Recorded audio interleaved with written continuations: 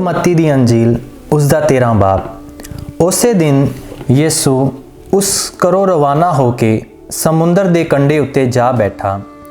एक वड्डी भीड़ इकट्ठी हो गई, इसलिए वो किश्ती विच चढ़ के बैठ गया अते सारी भीड़ कंढे ते खड़ी रही। उसने उन्हां नूं तमसीलां विच बहुत सारियां गल्लां दस्सियां, ये कहंदे होए, एक बीज बीजन वाला बीज बीजन लई बाहर गया। बीजदे समय कुछ बीज राह दे किनारे डिग पए अते पंछियां ने आके उन्हां नूं चुग लिया। कुछ बीज पथरीली जमीन विच डिगे, जिथे मिट्टी ज़्यादा नहीं सी अते वो छेती ही उग पए, क्योंकि उन्हां दे लई मिट्टी डूंगी नहीं सी। जदों सूरज चढ़िया तां वो चुलस गए अते जड़ ना होण करके वो सुक गए। कुछ बीज कंडियां विच डिगे अते कंडियां ने वड्डे होके उन्हां नूं दबा लिया। कुछ बीज चंगी जमीन विच डिगे अते दाणे पैदा कीते, कुछ 100 गुणा, कुछ 60 गुणा, कुछ 30 गुणा। जिस दे सुनन दे कन होण ओ सुन लवे। तद यीशु दे चेले आए अते उसनूं कहा, तू लोकां नाल तमसीलां विच क्यों गल्लां करदा है? उसने उन्हां नूं उत्तर दिता, तहानूं स्वर्ग राज दे भेदां नूं जानन दा बख्श दित्ती गई है, पर उन्हां नूं ਇਹ नहीं दित्ती गई है, क्योंकि जिस दे कोल है उसनूं होर दिता जावेगा अते उस कोल बहुता हो जावेगा, पर जिस दे कोल नहीं है उस कोलों वो भी ले लिया जावेगा जो उस कोल है। इसे लई मैं उन्हां नाल तमसीलां विच बोलदा हाँ, क्योंकि वो देखदे होए भी नहीं देखदे अते सुनदे होए भी वो नहीं सुनदे अते ना ही वो समझदे हन। यशाया दा अगेत वाक उन्हां ते यकीनी पूरा उतरदा है, जो कहंदा है, तुसी सुनोगे जरूर पर समझोगे नहीं, तुसी देखोगे जरूर पर गौर नहीं करोगे, क्योंकि इन्हां लोकां दा मन मंदा पै गया है अते उन्हां दे कन्नां ਉੱਚਾ ਸੁਣਦੇ ਹਨ ਅਤੇ ਉਹਨਾਂ ਨੇ ਆਪਣੀਆਂ ਅੱਖਾਂ ਬੰਦ ਕਰ ਲਈਆਂ ਹਨ, ਕਿਤੇ ਇਹ ਨਾ ਹੋਵੇ ਕਿ ਉਹ ਆਪਣੀਆਂ ਅੱਖਾਂ ਨਾਲ ਦੇਖਣ ਅਤੇ ਕੰਨਾਂ ਨਾਲ ਸੁਣਨ, ਆਪਣੇ ਦਿਲਾਂ ਨਾਲ ਸਮਝਣ ਅਤੇ ਮੇਰੇ ਕੋਲ ਮੁੜ ਆਉਣ ਕਿ ਮੈਂ ਉਹਨਾਂ ਨੂੰ ਚੰਗਾ ਕਰਾਂ। ਪਰ ਧੰਨ ਹਨ ਤੁਹਾਡੀਆਂ ਅੱਖਾਂ, ਕਿਉਂਕਿ ਉਹ ਦੇਖਦੀਆਂ ਹਨ, ਅਤੇ ਧੰਨ ਹਨ ਤੁਹਾਡੇ ਕੰਨ, ਕਿਉਂਕਿ ਉਹ ਸੁਣਦੇ ਹਨ। ਮੈਂ ਤੁਹਾਨੂੰ ਸੱਚ ਕਹਿੰਦਾ ਹਾਂ, जो तुसी देख रहे हो, बहुत सारे नबी अते धर्मी लोग वो देखना चाहते सन पर ना वेख्या, अते जो तुसी सुन रहे हो वो सुनना चाहते सन पर ना सुनिया। हुण तुसी बीजन वाले दी तमसील सुनो। हर कोई जो बादशाही दा वचन सुनदा है अते समझदा नहीं तां शैतान आउंदा है अते जो बीज उस दे मन विच बीजिया गया है उसनूं चुरा लैंदा है। ये वो है जो राह दे किनारे बीजिया गया सी, जो पत्थरीली जमीन विच बीजिया गया सी, पर ये वो है जो वचन सुनदा है अते छेती ही उसनूं खुशी नाल कबूल करदा है, पर भावें उस इंसान दी जड़ नहीं हुंदी, फिर भी वो कुछ समय लई कायम रहिंदा है। पर जदों वचन दे कारण दुख जां अत्याचार आउंदे हन तां छेती ही थिड़क जांदा है। जो कंडियां विच बीजिया गया सी, ये वो है जो वचन सुनदा है, पर संसार दीआं चिंतावां अते धन दौलत दे मोह दा वचन नूं दबा लैंदा है अते वो कोई फल पैदा नहीं करदा है। पर जो चंगी जमीन विच बीजिया गया सी, वो है जो वचन सुनदा है अते उसनूं समझदा है, वो जरूर फल लिआउंदा है, कोई 100 गुणा, कोई 60 गुणा, कोई 30 गुणा। उसने उन्हां दे सामने एक होर तमसील ये कहंदे होए पेश कीती, स्वर्ग राज की तुलना उस आदमी दे नाल कीती जा सकती है जिसने अपने खेत विच चंगा बीज बीजिया सी। पर जदों लोग सो रहे सन तां उसका दुश्मन आया अते कणक विच नादीन बीज के चला गया। इसलिए जदों बूटे वध गए अते उन्हां विच दाणे पै गए, तद नादीन दे बूटे भी नज़र आए। मालक दे नौकरां ने आके उसनूं पुछया, मालक ਕੀ ਤੁਸੀਂ ਆਪਣੇ ਖੇਤ ਵਿੱਚ ਚੰਗਾ ਬੀਜ ਨਹੀਂ ਸੀ ਬੀਜਿਆ? ਫਿਰ ਨਦੀਨ ਦੇ ਬੂਟੇ ਕਿੱਥੋਂ ਆ ਗਏ? ਉੱਤਰ ਵਿੱਚ ਉਸਨੇ ਉਹਨਾਂ ਨੂੰ ਕਿਹਾ, ਇਹ ਕਿਸੇ ਦੁਸ਼ਮਣ ਦਾ ਕੰਮ ਹੈ। ਨੌਕਰਾਂ ਨੇ ਉਸ ਨੂੰ ਕਿਹਾ, ਫਿਰ ਕੀ ਤੁਸੀਂ ਚਾਹੁੰਦੇ ਹੋ ਕਿ ਅਸੀਂ ਜਾ ਕੇ ਨਦੀਨ ਕੱਢ ਦਈਏ? ਪਰ ਉਸਨੇ ਕਿਹਾ, ਨਹੀਂ, ਕਿਤੇ ਇਹ ਨਾ ਹੋਵੇ ਕਿ ਨਦੀਨ ਕੱਢਦੇ ਤੁਸੀਂ ਵੀ ਕਣਕ ਨੂੰ ਹੀ ਪੁੱਟ ਦਿਓ। ਵਾਢੀ ਤੱਕ ਦੋਹਾਂ ਨੂੰ ਹੀ ਨਾਲ ਵਧਣ ਦਿਓ। ਵਾਢੀ ਵੇਲੇ ਮੈਂ ਵਾਢੀ ਕਰਨ ਵਾਲਿਆਂ ਨੂੰ ਕਹਿ ਦਿਆਂਗਾ, ਪਹਿਲਾਂ ਨਦੀਨ ਨੂੰ ਇਕੱਠਾ ਕਰੋ ਅਤੇ ਉਹਨਾਂ ਦੀਆਂ ਬਾਲਣ ਨਾਲ ਭਰੀਆਂ ਬੰਨ੍ਹ ਲਓ, ਪਰ ਕਣਕ ਨੂੰ ਮੇਰੇ ਗੁਦਾਮਾਂ ਵਿੱਚ ਇਕੱਠਾ ਕਰੋ। ਉਸਨੇ ਉਹਨਾਂ ਦੇ ਸਾਹਮਣੇ ਇੱਕ ਹੋਰ ਤਮਸੀਲ ਇਹ ਕਹਿੰਦੇ ਹੋਏ ਪੇਸ਼ ਕੀਤੀ, ਸਵਰਗ ਰਾਜ ਰਾਈ ਦੇ ਬੀਜ ਵਾਂਗ ਹੈ, ਜਿਸ ਨੂੰ ਕਿਸੇ ਆਦਮੀ ਨੇ ਆਪਣੇ ਖੇਤ ਵਿੱਚ ਬੀਜ ਦਿੱਤਾ। ਇਹ ਸਾਰੇ ਬੀਜਾਂ ਨਾਲੋਂ ਛੋਟਾ ਹੈ, ਪਰ ਜਦੋਂ ਇਹ ਵੱਧ ਜਾਂਦਾ ਹੈ ਤਾਂ ਇਹ ਸਭ ਝਾੜੀਆਂ ਨਾਲੋਂ ਵੱਡਾ ਹੋ ਜਾਂਦਾ ਹੈ ਅਤੇ ਇੱਕ ਰੁੱਖ ਬਣ ਜਾਂਦਾ ਹੈ, ਇੱਥੋਂ ਤੱਕ ਕਿ ਆਕਾਸ਼ ਦੇ ਪੰਛੀ ਆ ਕੇ ਉਸ ਦੀਆਂ ਟਹਿਣੀਆਂ ਉੱਤੇ ਆਲਣੇ ਪਾਉਂਦੇ ਹਨ। ਉਸਨੇ ਉਹਨਾਂ ਨੂੰ ਇੱਕ ਹੋਰ ਤਮਸੀਲ ਸੁਣਾਈ, ਸਵਰਗ ਰਾਜ ਉਸ ਖਮੀਰ ਵਾਂਗ ਹੈ, ਜਿਸ ਨੂੰ ਕਿਸੇ ਔਰਤ ਨੇ ਲੈ ਕੇ 3 ਮਾਪ ਆਟੇ ਵਿੱਚ ਰਲਾ ਦਿੱਤਾ ਅਤੇ ਵੇਖੋ ਸਾਰਾ ਆਟਾ ਖਮੀਰੀ ਹੋ ਗਿਆ। ਇਹ ਸਾਰੀਆਂ ਗੱਲਾਂ ਯਿਸੂ ਨੇ ਉਹਨਾਂ ਨੂੰ ਤਮਸੀਲਾਂ ਵਿੱਚ ਦੱਸੀਆਂ। ਬਿਨਾਂ ਤਮਸੀਲਾਂ ਦੇ ਉਹ ਉਹਨਾਂ ਨੂੰ ਕੁਝ ਵੀ ਨਹੀਂ ਸੀ ਦੱਸਦਾ। ਇਸ ਲਈ ਹੋਇਆ ਤਾਂ ਕਿ ਨਬੀ ਯਸ਼ਾਇਆ ਦੇ ਰਾਹੀਂ ਜੋ ਕਿਹਾ ਗਿਆ ਸੀ ਪੂਰਾ ਹੋ ਜਾਵੇ, ਮੈਂ ਤਮਸੀਲਾਂ ਵਿੱਚ ਆਪਣਾ ਮੂੰਹ ਖੋਲਾਂਗਾ, ਜੋ ਸੰਸਾਰ ਦੇ ਆਰੰਭ ਤੋਂ ਗੁਪਤ ਰੱਖਿਆ ਸੀ ਉਸ ਦਾ ਮੈਂ ਐਲਾਨ ਕਰਾਂਗਾ। ਫਿਰ ਉਹ ਪੀੜ ਨੂੰ ਛੱਡ ਕੇ ਕਿਸੇ ਘਰ ਵਿੱਚ ਗਿਆ। ਉਸ ਦੇ ਚੇਲੇ ਉਸ ਕੋਲ ਆਏ ਅਤੇ ਕਹਿਣ ਲੱਗੇ, ਸਾਨੂੰ ਖੇਤ ਵਿੱਚ ਨਦੀਨ ਦੀ ਤਮਸੀਲ ਸਮਝਾ। ਉਸਨੇ ਉੱਤਰ ਦਿੱਤਾ, ਚੰਗਾ ਬੀਜ ਬੀਜਣ ਵਾਲਾ ਮਨੁੱਖ ਦਾ ਪੁੱਤਰ ਹੈ। ਖੇਤ ਸੰਸਾਰ ਹੈ। ਚੰਗੇ ਬੀਜਾਂ ਤੋਂ ਭਾਵ ਹੈ ਬਾਦਸ਼ਾਹੀ ਦੇ ਬੱਚੇ। ਨਦੀਨ ਦੁਸ਼ਟ ਆਤਮਾ ਦੀ ਸੰਤਾਨ ਹਨ ਅਤੇ ਉਹਨਾਂ ਨੂੰ ਬੀਜਣ ਵਾਲਾ ਦੁਸ਼ਮਣ ਸ਼ੈਤਾਨ ਹੈ। ਵਾਢੀ ਯੁਗਾਂ ਦਾ ਅੰਤ ਹੈ ਅਤੇ ਵਾਢੀ ਕਰਨ ਵਾਲੇ ਫਰਿਸ਼ਤੇ ਹਨ। ਜਿਸ ਤਰ੍ਹਾਂ ਨਦੀਨ ਨੂੰ ਇਕੱਠਾ ਕਰਕੇ ਅੱਗ ਵਿੱਚ ਸਾੜਿਆ ਜਾਂਦਾ ਹੈ, ਉਸੇ ਤਰ੍ਹਾਂ ਯੁਗਾਂ ਦੇ ਅੰਤ ਵਿੱਚ ਹੋਵੇਗਾ। ਮਨੁੱਖ ਦਾ ਪੁੱਤਰ ਆਪਣੇ ਫਰਿਸ਼ਤਿਆਂ ਨੂੰ ਘੱਲੇਗਾ। ਉਹ ਉਹਨਾਂ ਸਾਰਿਆਂ ਨੂੰ ਜਿਹੜੇ ਪਾਪ ਦੇ ਕਾਰਨ ਬੰਦੇ ਹਨ ਅਤੇ ਜੋ ਬੁਰੇ ਕੰਮ ਕਰਦੇ ਹਨ, ਉਸ ਦੇ ਰਾਜ ਵਿੱਚੋਂ ਇਕੱਠੇ ਕਰਨਗੇ ਅਤੇ ਉਹਨਾਂ ਨੂੰ ਅੱਗ ਦੀ ਮਗਦੀ ਭੱਠੀ ਵਿੱਚ ਸੁੱਟ ਦੇਣਗੇ। ਉੱਥੇ ਲੋਕ ਰੋਣਗੇ ਅਤੇ ਆਪਣੇ ਦੰਦ ਪੀਣਗੇ। ਤਦ ਧਰਮੀ ਆਪਣੇ ਬਾਪ ਦੇ ਰਾਜ ਵਿੱਚ ਸੂਰਜ ਵਾਂਗ ਚਮਕਣਗੇ। ਜਿਸ ਦੇ ਸੁਣਨ ਦੇ ਕੰਨ ਹੋਣ ਉਹ ਸੁਣ ਲਵੇ। ਸਵਰਗ ਰਾਜ ਖੇਤ ਵਿੱਚ ਲੁਕੇ ਖਜ਼ਾਨੇ ਵਾਂਗ ਹੈ, ਜੋ ਕਿਸੇ ਮਨੁੱਖ ਨੂੰ ਲੱਭ ਪੈਂਦਾ ਹੈ ਅਤੇ ਉਹ ਉਸ ਨੂੰ ਫਿਰ ਛੁਪਾ ਦਿੰਦਾ ਹੈ। ਫਿਰ ਉਹ ਖੁਸ਼ੀ ਜਾਂਦਾ ਹੈ ਅਤੇ ਆਪਣਾ ਸਭ ਕੁਝ ਵੇਚ ਕੇ ਉਸ ਖੇਤ ਨੂੰ ਖਰੀਦ ਲੈਂਦਾ ਹੈ। ਫਿਰ ਸਵਰਗ ਰਾਜ ਉਸ ਵਪਾਰੀ ਵਾਂਗ ਹੈ, ਜੋ ਵਧੀਆ ਮੋਤੀਆਂ ਦੀ ਪਾਲ ਵਿੱਚ ਨਿਕਲਦਾ ਹੈ। ਉਸ ਨੂੰ ਇੱਕ ਵੱਡਮੁੱਲਾ ਮੋਤੀ ਲੱਭ ਜਾਂਦਾ ਹੈ ਤਾਂ ਉਹ ਜਾਂਦਾ ਹੈ ਅਤੇ ਉਹ ਆਪਣਾ ਸਭ ਕੁਝ ਵੇਚ ਕੇ ਉਸ ਨੂੰ ਖਰੀਦ ਲੈਂਦਾ ਹੈ। ਫਿਰ ਸਵਰਗ ਰਾਜ ਸਮੁੰਦਰ ਵਿੱਚ ਲਾਏ ਗਏ ਜਾਲ ਵਾਂਗ ਹੈ, ਜੋ ਹਰ ਤਰ੍ਹਾਂ ਦੀਆਂ ਮੱਛੀਆਂ ਇਕੱਠੀਆਂ ਕਰ ਲੈਂਦਾ ਹੈ। ਜਦੋਂ ਜਾਲ ਭਰ ਜਾਂਦਾ ਹੈ ਤਾਂ ਮਛਿਆਰੇ ਉਸ ਨੂੰ ਕੰਢੇ ਉੱਤੇ ਖਿੱਚ ਲੈ ਆਉਂਦੇ ਹਨ। ਫਿਰ ਬੈਠ ਕੇ ਉਹ ਚੰਗੀਆਂ ਮੱਛੀਆਂ ਛਾਂਟ ਕੇ ਭਾਂਡਿਆਂ ਵਿੱਚ ਰੱਖ ਲੈਂਦੇ ਹਨ ਅਤੇ ਮਾੜੀਆਂ ਨੂੰ ਬਾਹਰ ਸੁੱਟ ਦਿੰਦੇ ਹਨ। ਯੁਗਾਂ ਦੇ ਅੰਤ ਵਿੱਚ ਠੀਕ ਇਸੇ ਤਰ੍ਹਾਂ ਹੋਵੇਗਾ। ਫਰਿਸ਼ਤੇ ਆਉਣਗੇ ਅਤੇ ਬੁਰੇ ਲੋਕਾਂ ਨੂੰ ਧਰਮੀਆਂ ਤੋਂ ਵੱਖ ਕਰਨਗੇ ਅਤੇ ਉਹਨਾਂ ਨੂੰ ਅੱਗ ਦੀ ਭਖਦੀ ਭੱਠੀ ਵਿੱਚ ਸੁੱਟ ਦੇਣਗੇ। ਉੱਥੇ ਲੋਕ ਰੋਣਗੇ ਅਤੇ ਆਪਣੇ ਦੰਦ ਪੀਣਗੇ। ਕੀ ਤੁਸੀਂ ਇਹ ਸਭ ਕੁਝ ਸਮਝ ਗਏ ਹੋ? ਉਹਨਾਂ ਨੇ ਉਸ ਨੂੰ ਕਿਹਾ, ਜੀ ਹਾਂ। ਉਸਨੇ ਅੱਗੋਂ ਉਹਨਾਂ ਨੂੰ ਕਿਹਾ, ਇਸ ਲਈ ਹਰ ਧਰਮ ਗ੍ਰੰਥੀ ਉਸ ਨੂੰ ਸਵਰਗ ਰਾਜ ਲਈ ਸਿੱਖਿਆ ਮਿਲੀ ਹੈ। ਉਹ ਘਰ ਦੇ ਮਾਲਕ ਵਾਂਗ ਹੈ, ਜੋ ਆਪਣੇ ਖਜ਼ਾਨੇ ਵਿੱਚੋਂ ਕੀ ਨਵਾਂ ਅਤੇ ਕੀ ਪੁਰਾਣਾ ਸਭ ਬਾਹਰ ਲੈ ਕੇ ਆਉਂਦਾ ਹੈ। ਜਦੋਂ ਯਿਸੂ ਇਹ ਤਮਸੀਲਾਂ ਸੁਣਾ ਚੁੱਕਿਆ ਤਾਂ ਉੱਥੋਂ ਰਵਾਨਾ ਹੋਇਆ।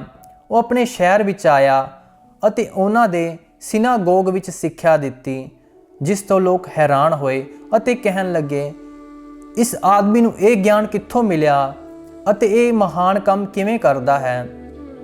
ਕੀ ਇਹ ਤਰਖਾਨ ਦਾ ਪੁੱਤਰ ਨਹੀਂ? ਕਿ ਇਸ ਦੀ ਮਾਂ ਦਾ ਨਾਮ ਮਰੀਅਮ ਨਹੀਂ? ਕਿ ਇਸ ਦੇ ਭਰਾ ਯਾਕੂਬ ਤੇ ਯੂਸਫ ਅਤੇ ਸਿਮੋਨ ਅਤੇ ਯਹੂਦਾ ਨਹੀਂ ਹਨ?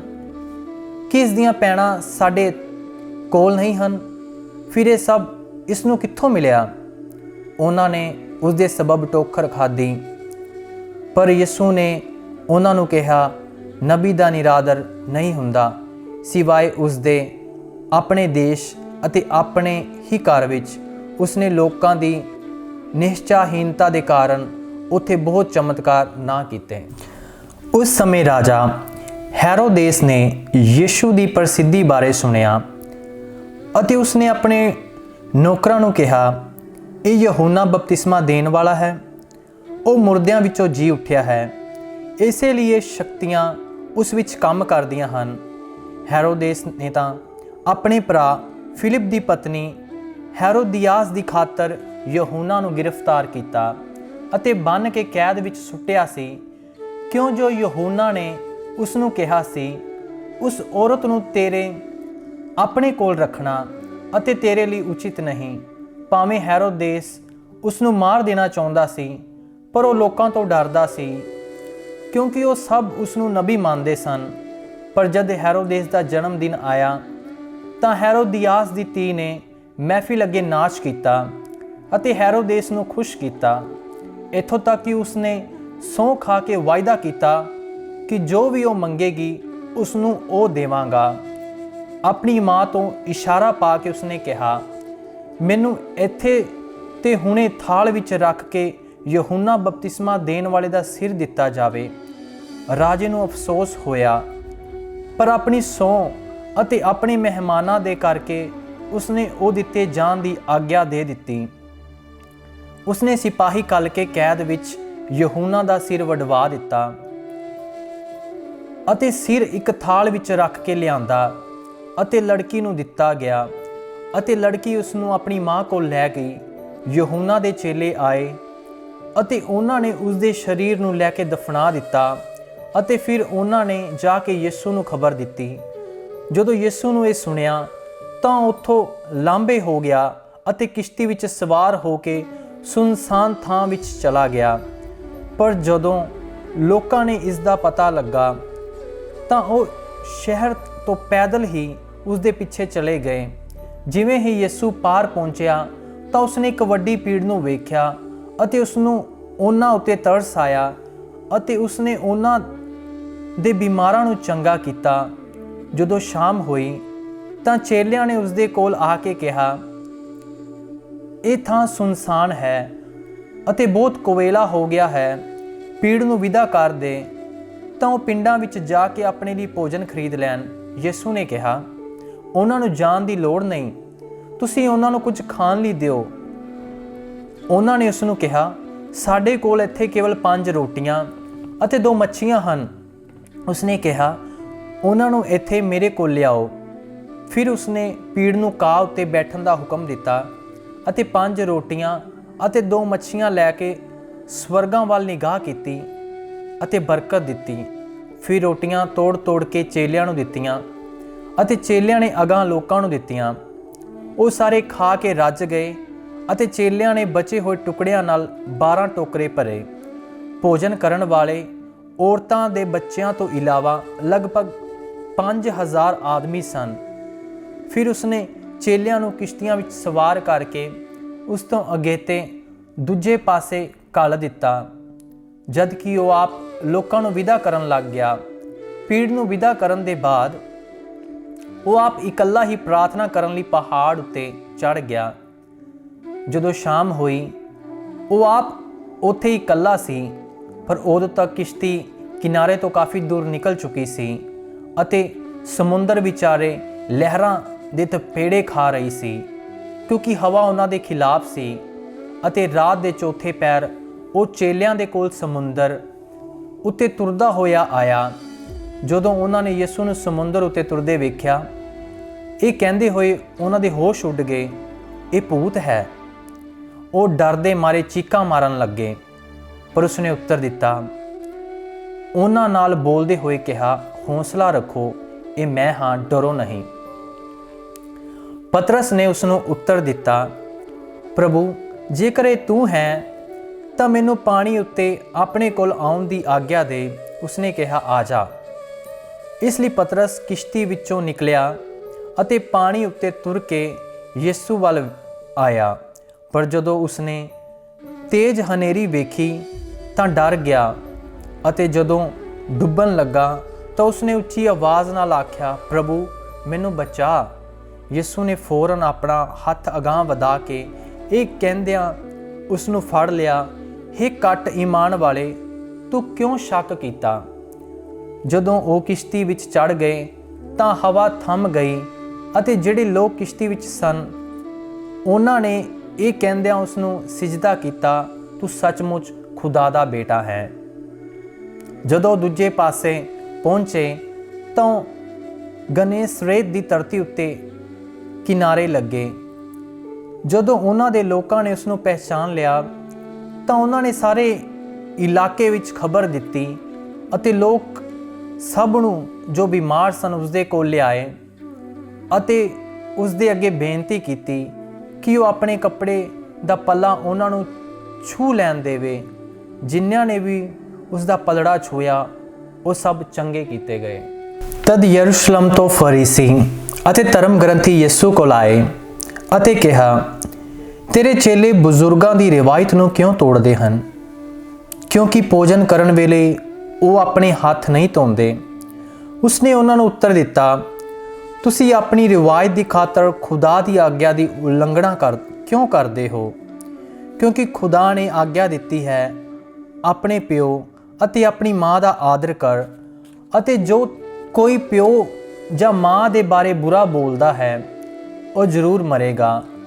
ਪਰ ਤੁਸੀਂ ਕਹਿੰਦੇ ਹੋ, ਜੇਕਰ ਕੋਈ ਆਪਣੇ ਪਿਓ ਜਾਂ ਆਪਣੀ ਮਾਂ ਨੂੰ ਕਹਿੰਦਾ ਹੈ, ਜੋ ਕੁਝ ਤੈਨੂੰ ਮੇਰੇ ਤੋਂ ਮਿਲਣਾ ਸੀ ਉਹ ਖੁਦਾ ਨੂੰ ਚੜ੍ਹਾ ਦਿੱਤਾ ਗਿਆ ਹੈ, ਉਸਨੇ ਫਿਰ ਆਪਣੇ ਪਿਓ ਦਾ ਆਦਰ ਕਰਨ ਦੀ ਜ਼ਰੂਰਤ ਨਹੀਂ ਹੈ।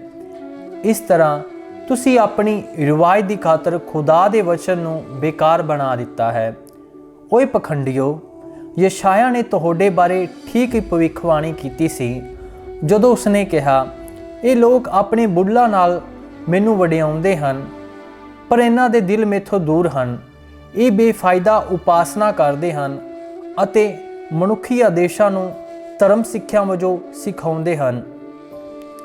ਫਿਰ ਉਸਨੇ ਲੋਕਾਂ ਨੂੰ ਆਪਣੇ ਕੋਲ ਬੁਲਾ ਕੇ ਉਹਨਾਂ ਨੂੰ ਕਿਹਾ, ਸੁਣੋ ਅਤੇ ਸਮਝੋ, ਜੋ ਮੂੰਹ ਵਿੱਚ ਜਾਂਦਾ ਹੈ ਉਹ ਮਨੁੱਖ ਨੂੰ ਭ੍ਰਿਸ਼ਟ ਨਹੀਂ ਬਣਾਉਂਦਾ, ਸਗੋਂ ਉਹ ਜੋ ਮੂੰਹ ਵਿੱਚੋਂ ਬਾਹਰ ਨਿਕਲਦਾ ਹੈ ਮਨੁੱਖ ਨੂੰ ਭ੍ਰਿਸ਼ਟ ਬਣਾਉਂਦਾ ਹੈ।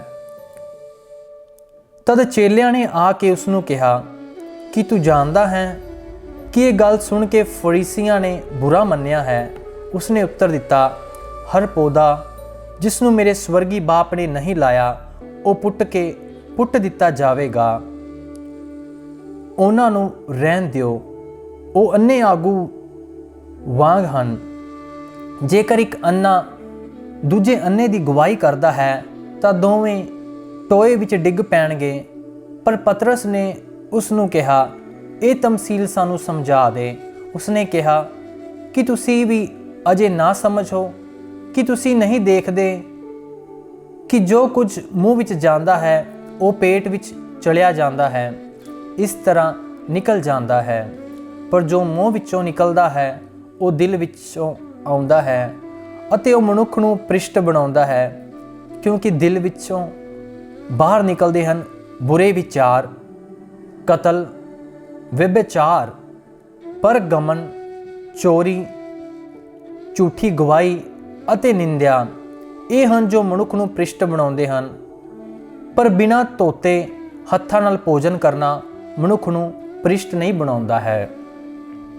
ਯਿਸੂ ਉੱਥੋਂ ਨਿਕਲ ਕੇ ਤਿਰੂਸ ਅਤੇ ਸਿਦੂਨ ਦੇ ਇਲਾਕੇ ਵੱਲ ਚਲਾ ਗਿਆ ਅਤੇ ਵੇਖੋ, ਉਸ ਇਲਾਕੇ ਦੀ ਇੱਕ ਕਨਾਨੀ ਔਰਤ ਨੇ ਸਾਹਮਣੇ ਆ ਕੇ ਉੱਚੀ ਆਵਾਜ਼ ਨਾਲ ਪੁਕਾਰ ਕੇ ਕਿਹਾ, ਪ੍ਰਭੂ, ਦਾਊਦ ਦੇ ਪੁੱਤਰ, ਮੇਰੇ ਉੱਤੇ ਦਇਆ ਕਰੋ, ਮੇਰੀ ਧੀ ਨੂੰ ਭੂਤ ਬੁਰੀ ਤਰ੍ਹਾਂ ਸਤਾ ਰਿਹਾ ਹੈ। ਪਰ ਉਸਨੇ ਉਸ ਔਰਤ ਨੂੰ ਕੋਈ ਉੱਤਰ ਨਾ ਦਿੱਤਾ। ਉਸਦੇ ਚੇਲਿਆਂ ਨੇ ਕੋਲ ਆ ਕੇ ਉਸ ਦੇ ਅੱਗੇ ਇਹ ਕਹਿੰਦੇ ਹੋਏ ਬੇਨਤੀ ਕੀਤੀ, ਉਸ ਨੂੰ ਕੱਲ ਦੇ, ਕਿਉਂਕਿ ਉਹ ਸਾਡੇ ਪਿੱਛੇ ਪਿੱਛੇ ਉੱਚੀ ਉੱਚੀ ਹਾੜੇ ਪਾਉਂਦੀ ਆਉਂਦੀ ਹੈ। ਉਸਨੇ ਉੱਤਰ ਦਿੱਤਾ, ਮੈਂ ਸਿਰਫ ਇਸਰਾਇਲ ਦੇ ਘਰਾਣੇ ਦੀਆਂ ਗੁਆਚੀਆਂ ਭੇਡਾਂ ਕੋਲ ਘੱਲਿਆ ਗਿਆ ਸਾਂ। ਪਰ ਉਹ ਔਰਤ ਆਈ ਅਤੇ ਉਸ ਦੇ ਅੱਗੇ ਗੋਡੇ ਟੇਕ ਕੇ ਇਹ ਕਹਿਣ ਲੱਗੀ, ਪ੍ਰਭੂ ਮੇਰੀ ਮਦਦ ਕਰੋ। ਉਸਨੇ ਉੱਤਰ ਦਿੱਤਾ, ਬੱਚਿਆਂ ਦੀ ਰੋਟੀ ਲੈ ਕੇ ਕੁੱਤਿਆਂ ਅੱਗੇ ਸੁੱਟਣਾ ਠੀਕ ਨਹੀਂ ਹੈ। ਉਸ ਔਰਤ ਨੇ ਕਿਹਾ, ਠੀਕ ਹੈ ਪ੍ਰਭੂ, ਫਿਰ ਵੀ ਮਾਲਕ ਦੀ ਮੇਜ਼ ਤੋਂ ਡਿੱਗਣ ਵਾਲੇ ਚੂਰ-ਪੂਰ ਨੂੰ ਕੁੱਤੇ ਵੀ ਖਾਂਦੇ ਹਨ। ਤਦ ਯਿਸੂ ਨੇ ਉਸ ਨੂੰ ਉੱਤਰ ਦਿੱਤਾ, ਹੇ ਔਰਤ, ਮਹਾਨ ਹੈ ਤੇਰਾ ਈਮਾਨ, ਜਿਸ ਤਰ੍ਹਾਂ ਤੂੰ ਚਾਹੁੰਦੀ ਹੈ ਉਸੇ ਤਰ੍ਹਾਂ ਤੇਰੇ ਲਈ ਵੀ ਹੋਵੇ। ਅਤੇ ਠੀਕ ਉਸੇ ਵਕਤ ਉਸ ਦੀ ਧੀ ਚੰਗੀ ਹੋ ਗਈ। ਯਿਸੂ ਉੱਥੋਂ ਰਵਾਨਾ ਹੋ ਕੇ ਗਲੀਲ ਦੇ ਸਾਗਰ ਦੇ ਕੰਢੇ ਚੱਲ ਪਿਆ। ਉਹ ਪਹਾੜੀਆਂ ਉੱਤੇ ਜਾ ਚੜ੍ਹਿਆ ਅਤੇ ਉੱਥੇ ਬੈਠ ਗਿਆ। ਇੱਕ ਵੱਡੀ ਭੀੜ ਉਸ ਦੇ ਕੋਲ ਆਈ ਅਤੇ ਲੋਕ ਆਪਣੇ ਨਾਲ ਲੰਗੜੇ, ਲੂਲੇ, ਅੰਨੇ, ਗੂੰਗੇ ਅਤੇ ਹੋਰ ਬਹੁਤ ਸਾਰੇ ਬਿਮਾਰਾਂ ਨੂੰ ਨਾਲ ਲੈ ਕੇ ਆਏ ਅਤੇ ਉਸ ਦੇ ਚਰਨਾਂ ਵਿੱਚ ਰੱਖ ਦਿੱਤਾ ਅਤੇ ਉਸਨੇ ਉਹਨਾਂ ਨੂੰ ਚੰਗਾ ਕੀਤਾ। ਜਦੋਂ ਭੀੜ ਨੇ ਦੇਖਿਆ ਕਿ ਗੂੰਗੇ ਬੋਲ ਰਹੇ ਹਨ, ਲੂਲੇ ਸਬੂਤੇ ਹੋ ਰਹੇ ਹਨ, ਲੰਗੜੇ ਚੱਲਦੇ ਹਨ ਅਤੇ ਅੰਨੇ ਦੇਖਦੇ ਹਨ, ਤਾਂ ਉਹ ਹੈਰਾਨ ਹੋਏ ਅਤੇ ਇਸਰਾਇਲ ਦੇ ਖੁਦਾ ਦੀ ਵਡਿਆਈ ਕੀਤੀ। ਤਦ ਯਿਸੂ ਨੇ ਆਪਣੇ ਚੇਲਿਆਂ ਨੂੰ ਆਪਣੇ ਕੋਲ ਸੱਦਿਆ ਅਤੇ ਕਿਹਾ, ਮੈਨੂੰ ਇਸ ਭੀੜ ਉੱਤੇ ਤਰਸ ਆਉਂਦਾ ਹੈ, ਕਿਉਂਕਿ ਇਹ ਹੁਣ 3 ਦਿਨਾਂ ਤੋਂ ਮੇਰੇ ਨਾਲ ਹੈ ਅਤੇ ਇਹਨਾਂ ਕੋਲ ਖਾਣ ਲਈ ਕੁਝ ਨਹੀਂ ਹੈ ਅਤੇ ਮੈਂ ਇਹਨਾਂ ਨੂੰ ਭੁੱਖਾ ਹੀ ਵਿਦਾ ਕਰਨਾ ਨਹੀਂ ਚਾਹੁੰਦਾ, ਕਿਤੇ ਇਹ ਜਾਂਦੇ ਜਾਂਦੇ ਰਾਹ ਵਿੱਚ ਬੇਹੋਸ਼ ਨਾ ਹੋ ਜਾਣ। ਚੇਲਿਆਂ ਨੇ ਉਸ ਨੂੰ ਕਿਹਾ, ਇਸ ਉਜਾੜ ਥਾਂ ਵਿੱਚ ਐਡੀ ਵੱਡੀ ਭੀੜ ਨੂੰ ਖਵਾਉਣ ਲਈ ਸਾਨੂੰ ਕਾਫੀ ਰੋਟੀ ਕਿੱਥੋਂ ਮਿਲੇਗੀ? ਯਿਸੂ ਨੇ ਉਹਨਾਂ ਨੂੰ ਪੁੱਛਿਆ, ਤੁਹਾਡੇ ਕੋਲ ਕਿੰਨੀਆਂ ਰੋਟੀਆਂ ਹਨ? ਉਹਨਾਂ ਨੇ ਕਿਹਾ, 7 ਅਤੇ ਕੁਝ ਛੋਟੀਆਂ ਮੱਛੀਆਂ ਵੀ।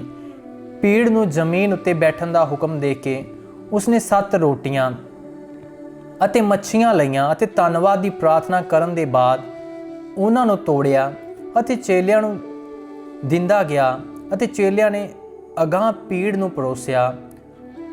ਉਹਨਾਂ ਸਾਰਿਆਂ ਨੇ ਖਾਧਾ ਅਤੇ ਰੱਜ ਗਏ ਅਤੇ ਉਹਨਾਂ ਦੇ ਬਚੇ ਹੋਏ ਟੁਕੜੇ ਇਕੱਠੇ ਕੀਤੇ ਅਤੇ 7 ਟੋਕਰੇ ਭਰੇ। ਖਾਣ ਵਾਲੇ ਔਰਤਾਂ ਅਤੇ ਬੱਚਿਆਂ ਤੋਂ ਇਲਾਵਾ 4000 ਆਦਮੀ ਸਨ। ਪਰ ਭੀੜ ਨੂੰ ਵਿਦਾ ਕਰਕੇ ਯਿਸੂ ਕਿਸ਼ਤੀ ਵਿੱਚ ਚੜ੍ਹ ਗਿਆ ਅਤੇ ਮਗਦਾਨ ਦੇ ਖੇਤਰ ਨੂੰ ਚਲਾ ਗਿਆ।